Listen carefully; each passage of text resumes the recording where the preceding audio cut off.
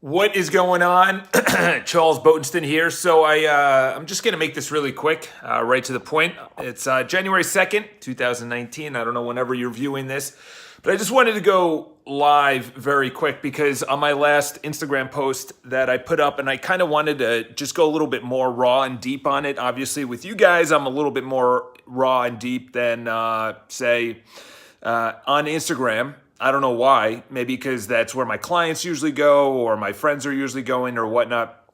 So the number one thing I want to be talking about is passion, happiness, and doing what you love. Okay. So I'll just go into a little backstory. So in my 20s, so I grew up like lower middle class. I would say middle class. Yeah, I would say middle class. So I grew up middle class, some money, a little bit in money, but friends were always wealthier or had more money. They had better parties, they had better trips, they always went to better schools, they had better cars, they had better things.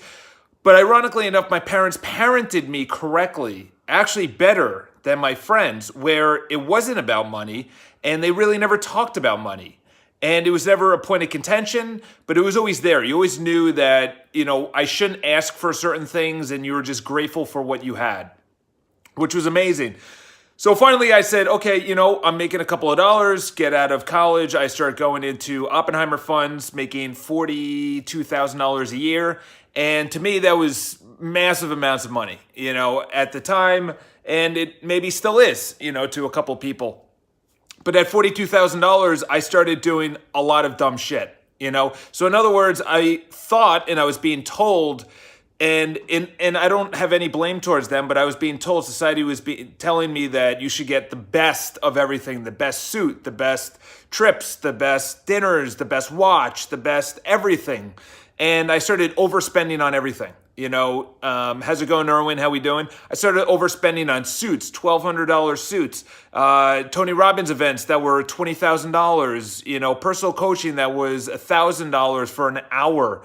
Blowing money left and right, going into debt, going into under $0, and the thing is, what I noticed about suits? It doesn't matter about the fabric. Yes, there's a difference between $100 and $1,000, but it matters about how it fits. That's the most important thing is how it fits. I could take a $100 suit and make it better fitting than a $1,000 suit that doesn't fit me. That's what I noticed. I also noticed that a watch, it doesn't even matter. This looks like it's right out of a fucking, dispenser machine at a supermarket. And the reason I have this is for the utility. So this is what I'm saying is that there's two things. What I'm saying is a lot of people ask me, what should I do? Okay. If you gave me a choice between two things, I will give you the better answer. In most cases, I will give you the better answer. But if you say, what should I do for living, for work, for relationships, but there are no choices, that's something that you have to discover. You're different than me, okay? I was listening to a David Goggins, again, obsessed with this guy, again, on Lewis House. And essentially what he said was that if you start living, and he only goes on social media for 1 hour a week, he does his post, he posts it, and then he drops his phone, and then he comes back 45 minutes later and he answers a couple of the comments, and then that's it. For the whole week. For the whole week. This guy has 780,000 followers. He has on Instagram. He's making millions of dollars because of his book launch, and he's pursuing everything. So it's not all about social media. I'm moving more away from the Gary Vaynerchuk mindset, because he's only about that. But the problem is, when you're only about social media, you're only about your cell phone, you're only about the result of marketing. You're not actually doing, you're not making the calls, you're not following up, you're not closing, you're not doing what needs to be done, whether that's programming your website or asking for the sale or whatever. You're only pursuing social media, which is good, but it's not everything. It's probably, in my business, 10 to 15% of my business, which is real estate.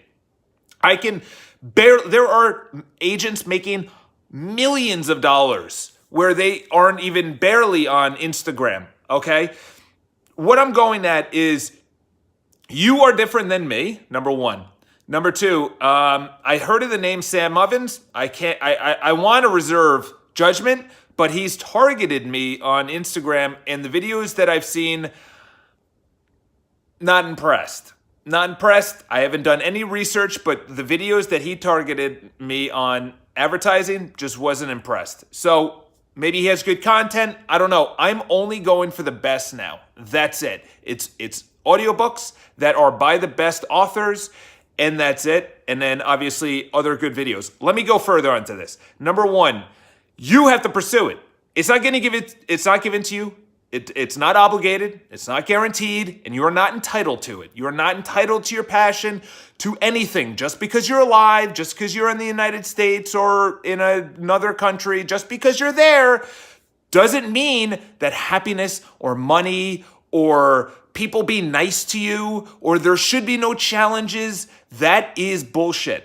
And I'll tell you why it's bullshit. Because just like when you go to space, okay, and I highly recommend, if you're in the United States, go down to the Kennedy Space Center. It is an amazing, amazing experience what these people did in 1969 when the three astronauts went around, and I think only two got off and they walked around, or three got off and walked around, but one was still in the spaceship. Unbelievable, just story and everything else. But what they said there is that they can only be in space for so long, and they have to exercise, I think, an hour a day, every single day. And the reason being is that you lose muscle mass in space. Why? Because there's no gravity. There is nothing pulling you down. How does that equate to your life? If you have no fucking challenges in your life, if you are just going through life, you're never going to get anywhere if there's no friction, okay? If going to the gym was so easy, everyone would be there. If eating correctly was so easy, everyone would be doing it, okay? So the first thing is, it's going to be challenging, and you have to pursue it.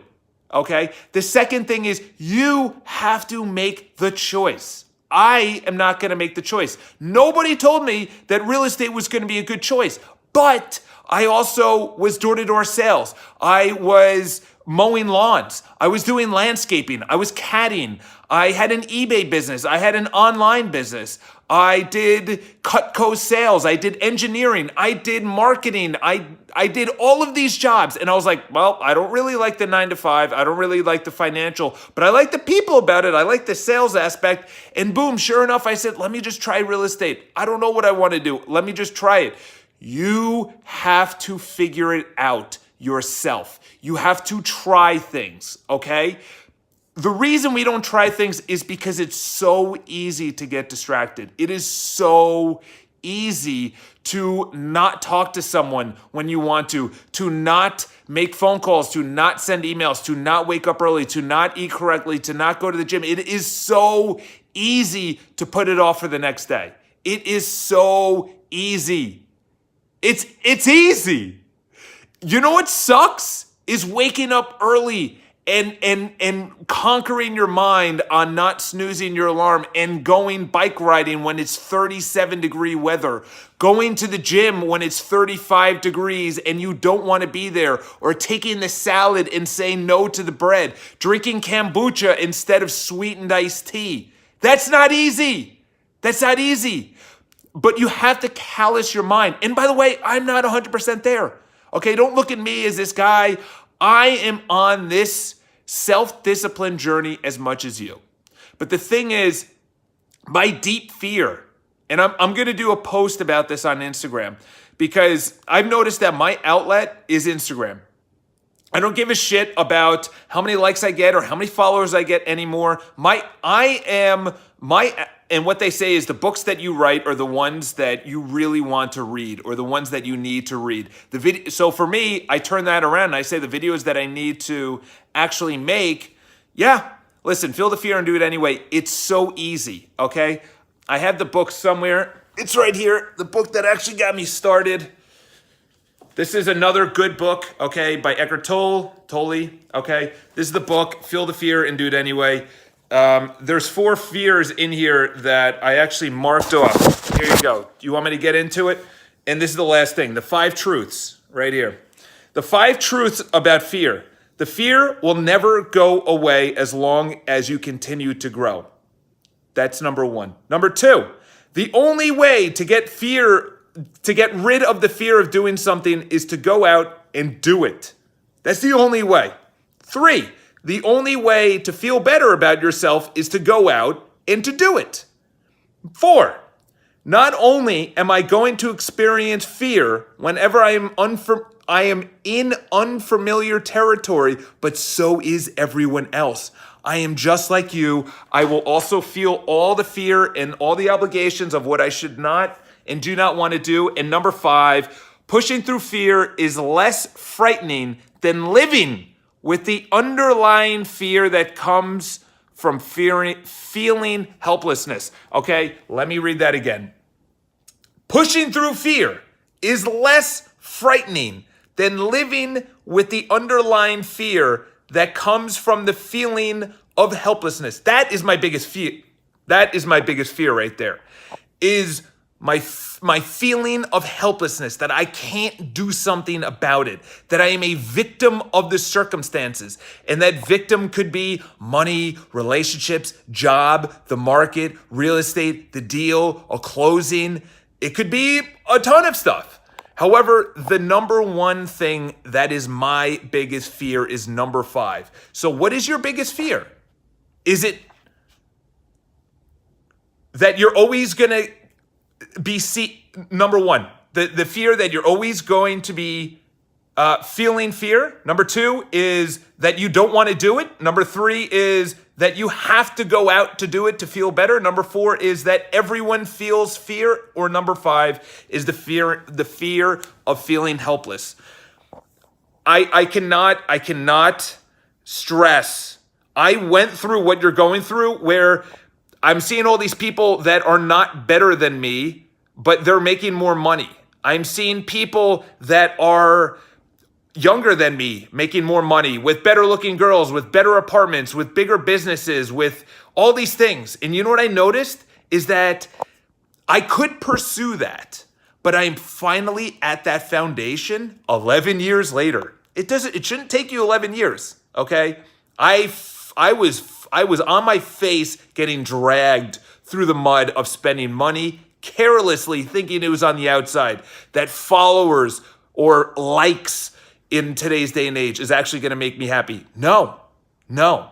Self-discipline, I wrote on my Instagram post, the three things. Self-discipline makes me happy. Self-discipline is holding myself to what I say, doing what I say. I'm going to wake up at this time, and I wake up at this time. I go to the gym at this time. That makes me self-disciplined. That's number one. Number two is overcoming obstacles. And then number three is ongoing gratitude. Those are the three things that make me happy. All right? I don't know what it is for you, but you have to pursue it, as the founding fathers said. You have to pursue it. It's not entitled. It's not obligated. It's not guaranteed. No one's going to give it to you. Stop looking at the government, society, your friends, your family, parents, social media, email, money, sex, masturbation, porn. Doesn't matter. None of that. All right? So I hope 2019, we're only 2 days in. Conquer the inside. Conquering the inside, I can tell you right now, I have not consumed more than one Gary Vaynerchuk video in a while because I'm starting to disagree with it. I am starting to disagree because I see the amount of people that are unhappy. I see what it's doing to the teenagers who have lived off of social media, who have lived off of iPhones. I can see all these young girls or older girls that are not married, or all the guys that are not pursuing what they want to pursue, okay? It's not a cell phone that's going to make you happy, okay? It is not anything that anyone will give you or that you look at. It is something you have to do. It's only, and you know what? As David Goggins, I hate quoting the guy, but he said in the Lewis House, he said, give your 40%. In other words, David Goggins, his mom, for her to do her 40% or her 100%, whatever you say, her 100% was finishing the last mile of a marathon with him. She was walking, but he did a full marathon and she did the last mile. That's her 100%. okay? What is your 100%? Even just go to 40%, because I feel like I'm only playing at about 25 right now, 25%. So you have to pursue it. You have to do it. And I'm going to tell you right now is there's a couple of books. I would say, number one, you have to learn about your ego. Your ego is very important. Eckhart Tolle, great book. It's right here. I'm going to reread it. This is next on my list right here. I'm done with practical advice for a while. Practical advice is, you should do this at this time until I get my fucking mind right, okay? Yes, health-wise, guaranteed that's the best thing. But when it comes to sales and objection handling and obligations to something and, what I should do, no, okay? I have to get my mind right. Self-discipline, overcoming obstacles, and ongoing gratitude. I already have ongoing gratitude. Overcoming obstacles, something that I'm doing, but self-discipline is something that I need to work on. Ego, for you guys and myself, is the most important thing. Everything we do is due to ego. Everything we do.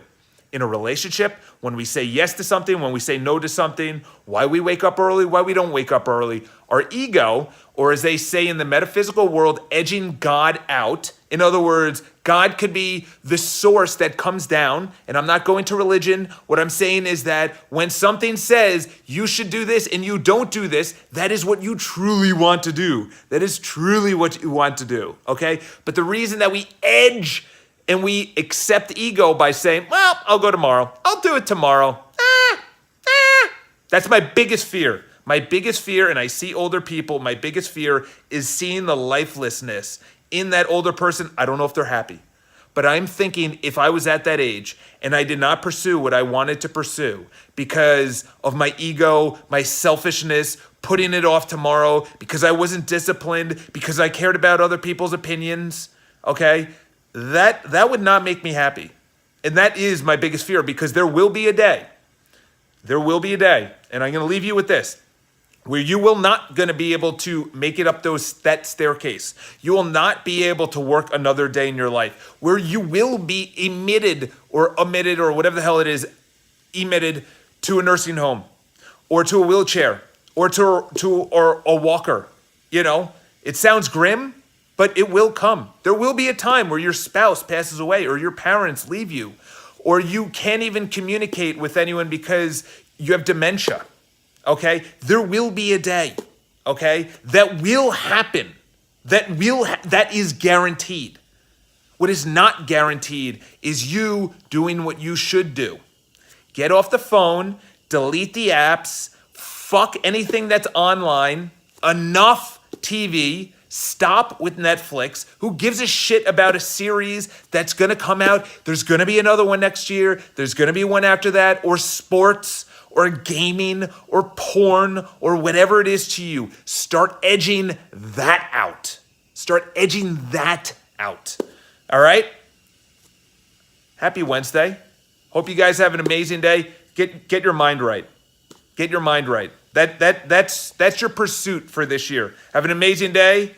Going live again tomorrow. Talk to you guys soon.